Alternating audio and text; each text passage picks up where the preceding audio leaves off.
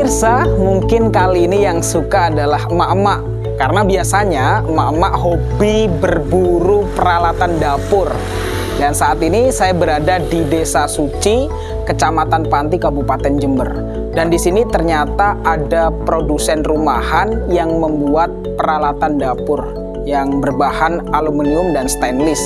Hasilnya pun tidak kalah dengan hasil pabrikan. Ada beragam alat dapur yang dihasilkan oleh warga setempat. Bagaimana proses produksi alat dapur di desa sini? Ikuti terus liputan kami di Kampung Kreatif Tada Today TV.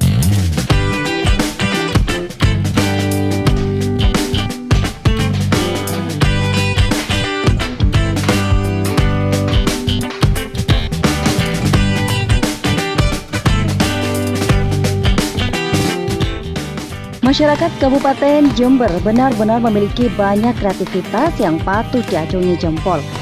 Salah satu wujud kreativitas itu adalah pembuatan berbagai peralatan dapur dengan bahan aluminium dan stainless steel. Nah, sentra kerajinan ini terdapat di Desa Suci, Kecamatan Panti. Di desa tersebut ada ratusan orang yang menjalani aktivitas sebagai produsen peralatan dapur.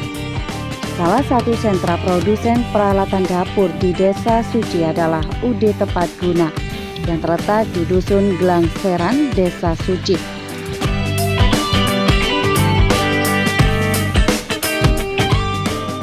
UD Tempat Guna dijalankan oleh Ilyas, 55 tahun, dan adik perempuannya. UD Tempat Guna memiliki sebuah gerai yang memajang sebuah produk peralatan dapur bikinan sendiri. Selain gerai, UD Tepat Guna juga memiliki sebuah ruangan yang menjadi bengkel tempat Ilyas bekerja membuat berbagai jenis peralatan dapur.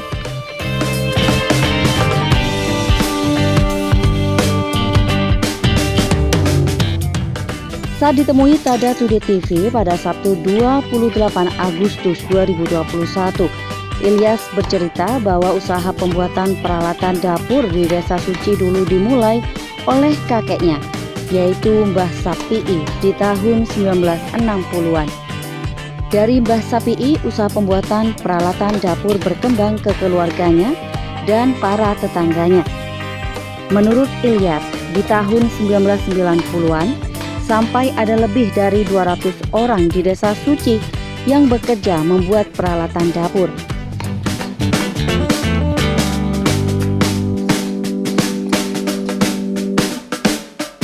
Ilyas sendiri mengaku sudah belajar membuat peralatan dapur sejak kecil. Ia mengaku sudah bisa membuat panci saat masih duduk di bangku SMP. Proses belajar itu berlanjut sampai akhirnya Ilyas mampu membuat berbagai jenis peralatan dapur.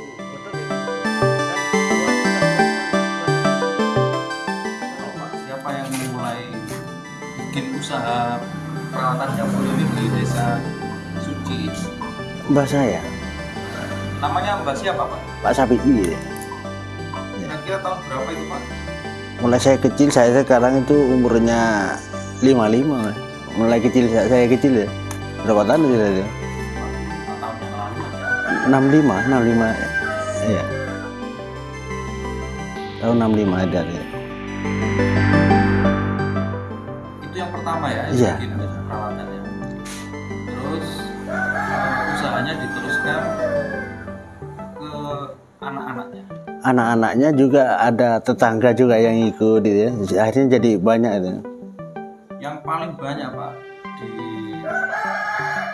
Desa Suci sampai ada berapa orang yang bikin peralatan seperti itu? Kalau dulu, banyaknya dulu. kalau dulu waktu Pak sebelumnya Pak Tinggi ini pernah didata di sini ada pengrajin 200 orang. Entah kalau sekarang ini pernah didata itu. Terus mulai banyak orang itu tahun berapa? Mulai tahun berapa? Sekitar 20 tahunan Mas. Itu mulai sudah dari sekarang mulai sudah ada penyusutan ini. Sekitar tahun 90-an. Iya itu. Nah, kalau Pak Ilyas ini usahanya meneruskan dari orang tua atau bikin sendiri semuanya? Itu ya mulanya memang dasarnya jadi orang itu, cuma saya kembangkan sendiri ya. kayak ngukir itu kan nggak ada gitu. Ngukir stainless itu saya cari sendiri itu.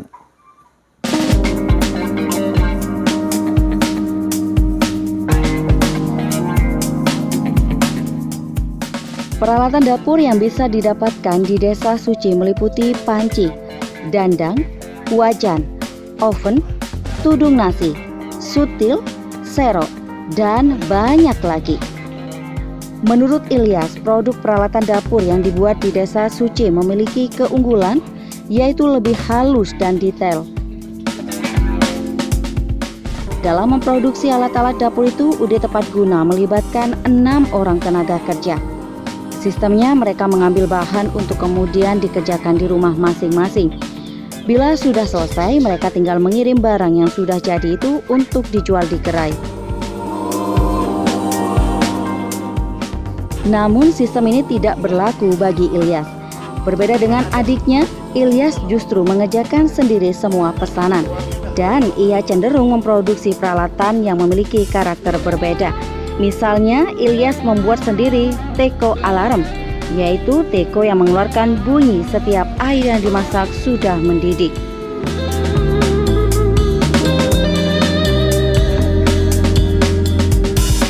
Selain itu, Ilyas juga bisa membuat tutup velg ban mobil. Lalu yang menarik, Ilyas juga pernah memenuhi pesanan baju berbahan stainless yang digunakan untuk Jember Fashion Carnival atau JFC. Dulu yang dari orang tua itu jenis peralatan yang dibikin sebatas apa saja? Itu pertama itu cuma dandang, panci, ya itu mungkin 2 itu ya yang banyak ada. Terus sama Pak Ilyas dikembangkan jadi apa saja? Ya sekarang jadi oven ya, pas sampai tutup nasi ya. Yang termasuk yang Tudung saji ini ya? iya, tutup nasi itu saji. Kalau sekarang hampir apa saja orang pesan tuh saya bisa ya. Hampir semuanya. Kalau yang lain mungkin nggak sanggup saya bisa ya. Sampai ini tutup velg motor gede. Contohnya ini, Pak, contoh kan. Saya buatkan dari stainless. Ini bahannya bukan stainless ya.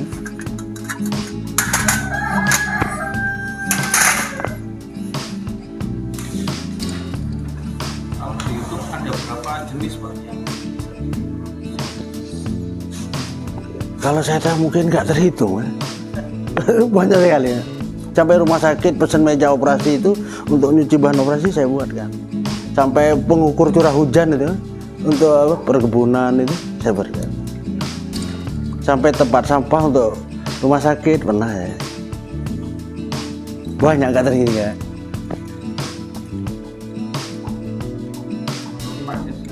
Yang paling dirasa membanggakan, yang paling dirasa ini paling sulit apa? Itu sebetulnya barangnya itu sederhana ya, termasuk ceret ini Pak, paling susah ya. Yang bisa bunyi tadi. Ya, bisa bunyi lah lagi untuk mengatasi istilahnya bocor apa itu. Kalau stainless kan lebih susah Mas.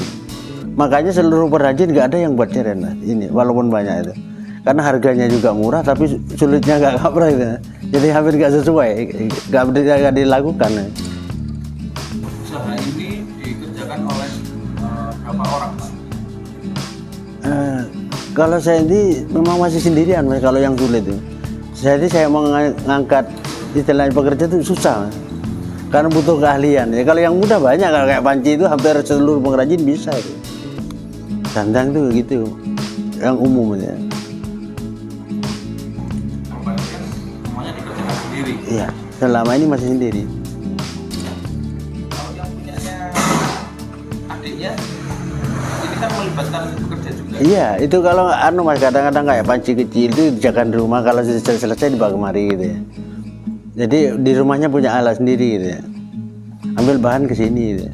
Sampai ada 6 orang ya. Iya. Tukang oven lain, panci lain, saringan lain itu ya. Ada yang khusus, maka kadang-kadang kan tukang panci bikin dandang nggak bisa itu. 6 orang yang tadi disebutkan itu Iya. paling banyak apa panci ya? Panci Beda-beda. beda-beda. Kalau Bapak pribadi ini dalam 1 minggu atau 1 bulan terukur dan berapa biji, berapa buah alat yang bisa dihasilkan? Berapa ya? Kalau kayak bikin bat pelek ini satu hari 2 set ya, rampung. Apa itu Pak? Dong. Tutup pelek sudah motor ya. 2 set itu 4 keping berarti ya. Satu sepeda motor kan 4 itu ya. Iya. Kalau golongan apalah teko misalnya itu bisa berapa hari pekerjaan? Teko kayak jaret gitu ya. Itu satu hari 2 ya, dapat 2 ya. Bahan dari apa Pak? Bahan dari aluminium dan stainless. Bahannya. Tidak ada kesulitan ya kalau bahannya. Enggak ada.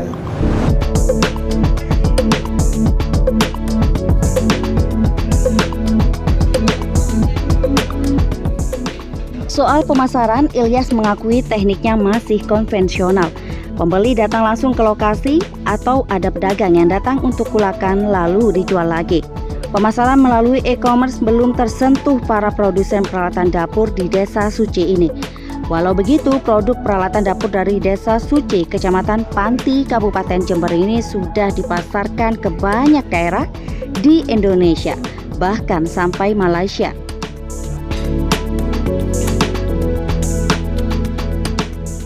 Selain itu, Ilyas juga bisa membuat peralatan dapur yang dipercantik dengan ukiran timbul.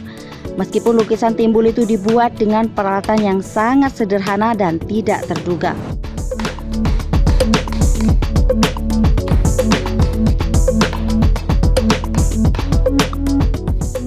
Yang menarik, Ilyas merupakan sosok multi talenta. Ia bisa menjalani berbagai pekerjaan. Saat muda, selain bekerja di pembuatan alat dapur, Ilyas seorang pelukis. Kemampuannya itu diimplementasikan pula dalam pembuatan peralatan dapur berwujud ukiran timbul. Pemasaran Pak untuk supaya orang bisa pesen akan beli. Kalau pemasaran selama ini nggak dipasarkan, datang sendiri masalah itu. Untuk datang sendiri untuk dijual lagi gitu ya. Istilahnya belico gitu ya. Nah itu Bapak menawarkan apa bagaimana? Enggak. Karena sudah ada langganan atau Karena sudah jalan, nggak usah menawarkan. ada hari-hari tertentu yang paling laku banyak ada liburan orang Nggak ada. Cuma kadang-kadang aja itu ya. Tapi minggu biasanya yang lebih banyak itu. datang. Minggu itu kan banyak orang libur pekerjaan, pegawai-pegawai itu kadang sering gitu. Daripada hari biasa itu lebihan minggu itu. Nggak ada Pak orang yang khusus diminta untuk bekerja khusus ke pemasaran. Nggak ada. Langsung ke Bapak langsung. Iya itu. Di desa ada enggak dukungannya Pak? Misalnya dibantu pemasarannya. Masih belum ada. Nggak ada ya? Nggak ada. Kayak kurang berfungsi gitu masalahnya. Kalau Pak Ilyas tadi ceritanya belajarnya mulai dari SD. Iya deh.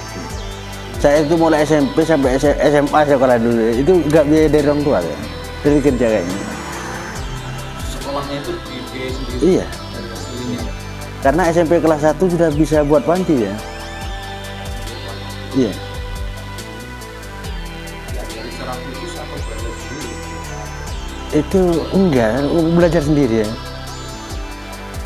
Saya itu memang mungkin beda dengan yang lain. Kalau belajar itu cepat saya. Ngukir ini nggak ada yang belajari Mas. Pakai alatnya ini Mas sederhana.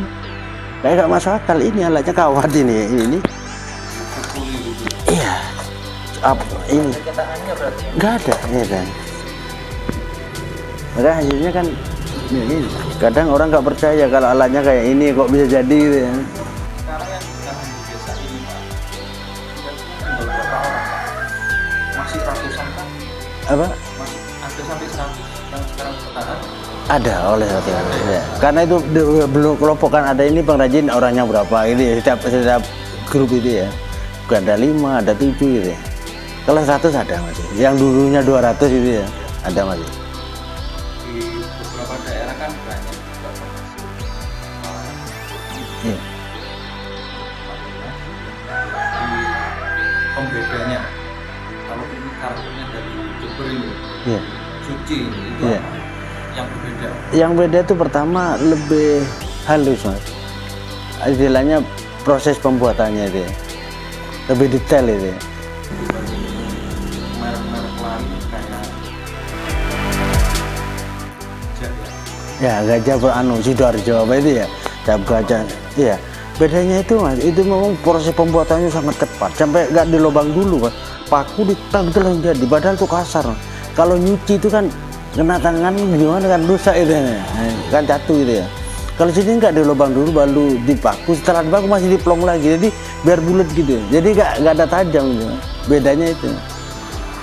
jadi unggulannya karena ini handmade, Iya, bikin satu persatu. Oke, iya.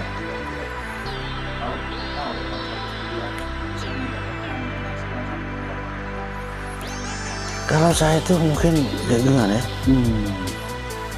Memang dalam yang saya kerjakan ini memang beda dengan yang lain. Mungkin saya terbesar mas, dalam hitungan per lembar gitu ya. Kalau buat ini pernah saya itu modal 200.000 jadi 1 juta. Itu dalam proses 3 hari. Ya, 1 juta. 3 hari. Itu nggak sama, ada yang ada sedikit untungnya, ada yang tinggi gitu.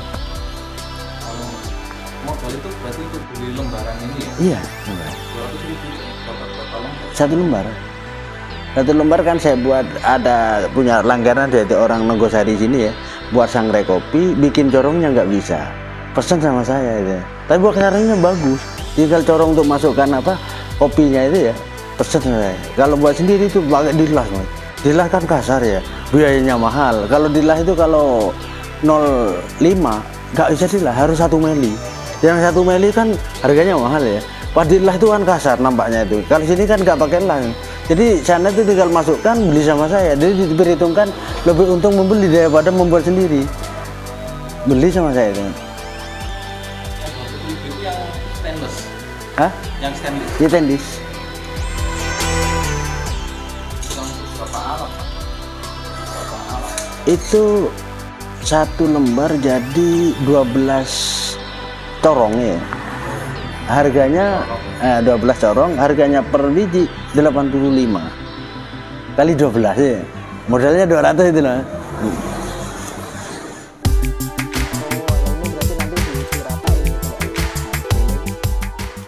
Selain itu, Ilyas juga mampu bekerja di perkayuan dan pembuatan batu bata.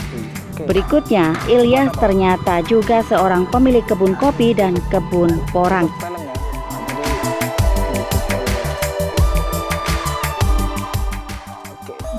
Saya itu selain kerja ini saya punya tanaman kopi Pak, di hutan ya.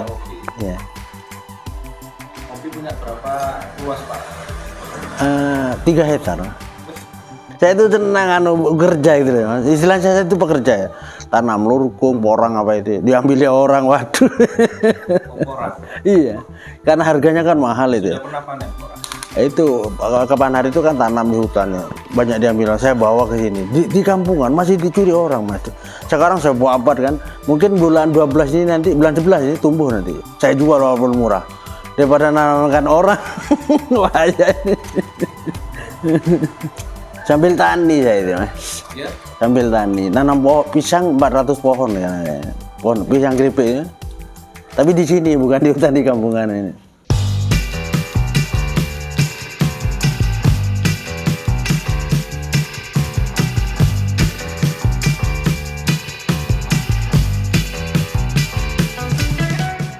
Perlahan-lahan jumlah pengrajin peralatan dapur di Desa Suci mengalami penurunan.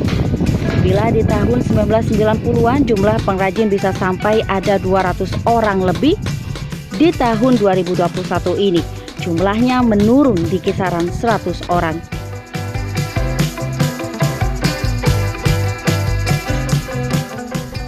Satu lagi pengrajin peralatan dapur di Desa Suci yang masih bertahan ialah Siswayanto. Pria 57 tahun ini konsisten menjalankan usaha pembuatan peralatan dapur sejak tahun 1982.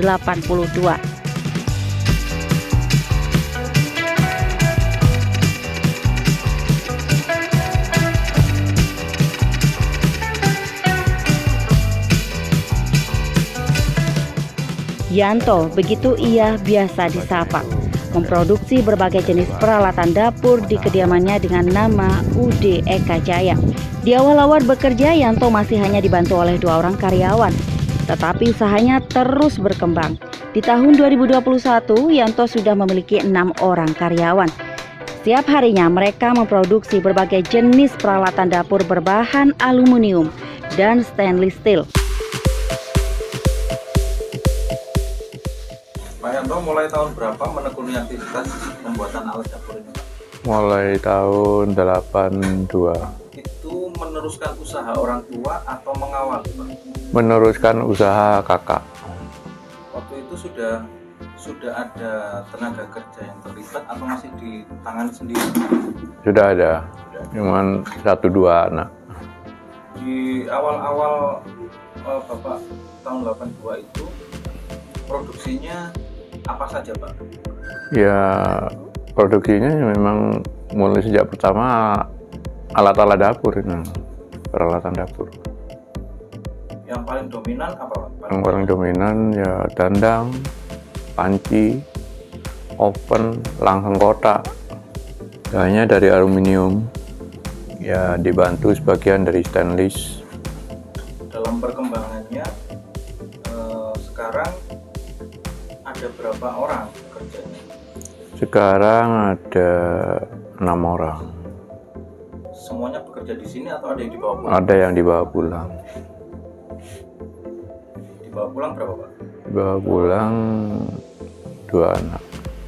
Dibanding tahun 82, apakah ada penambahan jenis barang yang diproduksi, Pak? Ada.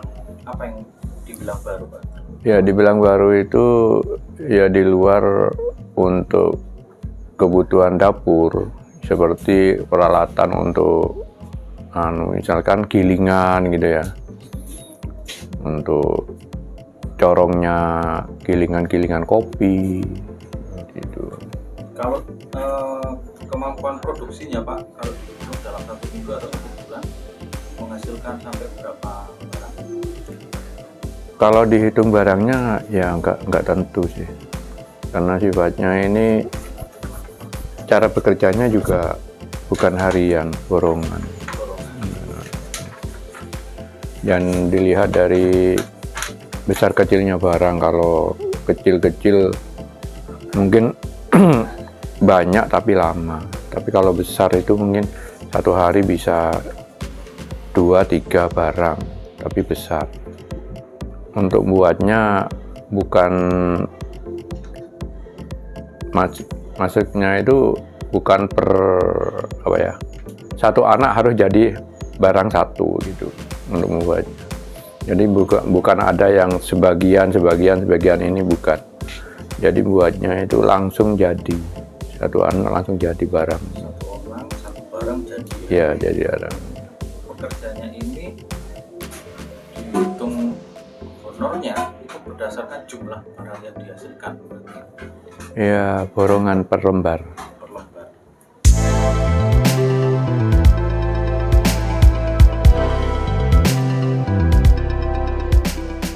Yanto menuturkan pola pemasaran yang dijalankannya juga cenderung masih konvensional. Pertama, memenuhi pesanan orang per orang. Kedua, memenuhi pesanan oleh toko. Ketiga, produksi untuk jadi stok di toko atau rumah sendiri. Walau belum memanfaatkan e-commerce, menurut Yanto, peralatan dapur produksinya sudah dikirim ke banyak daerah di Indonesia, mulai dari Surabaya, Bali, Jakarta, bahkan dibawa oleh pedagang dari Indonesia untuk dijual kembali di Malaysia.